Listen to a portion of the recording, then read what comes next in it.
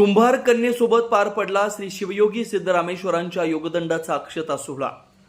बोला एकदा भक्तलिंग हर बोला हरच्या जयघोषात लक्ष लक्ष नयनांनी अनुभवला श्री शिवयोगी सिद्धरामेश्वरांचा अक्षता सोहळा।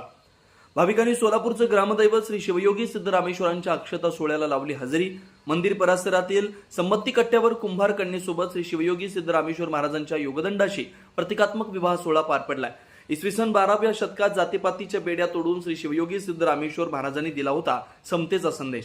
आज हिरेहब्बू वाड्यातून अतिशय वाजत गाजत निघालेले मानाचे 7 नंदीध्वज संमती कट्ट्यावर दाखल झाल्यानंतर या अक्षता सोहळ्यास सुरुवात झाली। जवळपास 900 वर्षाची परंपरा असणाऱ्या या सोहळ्याला महाराष्ट्रासह कर्नाटक, आंध्र आणि तेलंगणातून मोठ्या संख्येने भाविक दाखल झाले। आज जे आहे ते तुम्ही सिद्धरामेश्वर महाराजांच्या अक्षता सोहळ्याला बाराबंदीत उपस्थित राहिलेला आहे। सोलापूरकरांना काय शुभेच्छा द्याल? सिद्धरामेश्वराच्या या यात्रा उत्सवाच्या निमित्तानं आणि अक्षता सोहळ्याच्या निमित्तानं सोलापूरच्या जनतेला मी मनापासूनच्या शुभेच्छा देईन।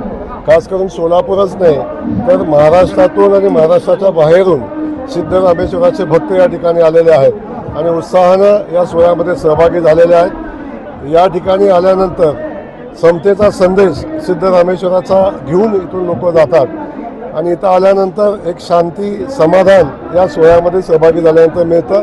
सर्व जातीचे, सर्व धर्माची लोक एकत्र येऊन या सिद्धरामेश्वराच्या सोहळ्यामध्ये सहभागी होतात। याचा एक आनंद या ठिकाणी आल्यानंतर अनुभवायला मिळतो।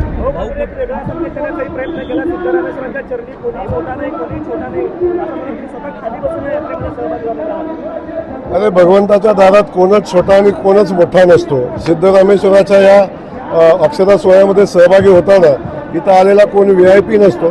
सगळे आलेले सिद्धरामेश्वराचे भक्त असतात आणि त्या ठिकाणी भक्तामध्ये येऊन बसून या सोहळ्याचा आनंद घेणं आणि सिद्धरामेश्वराचा आशीर्वाद घेणं याच्यामध्ये एक वेगळा आनंद या निमित्तानं असतो।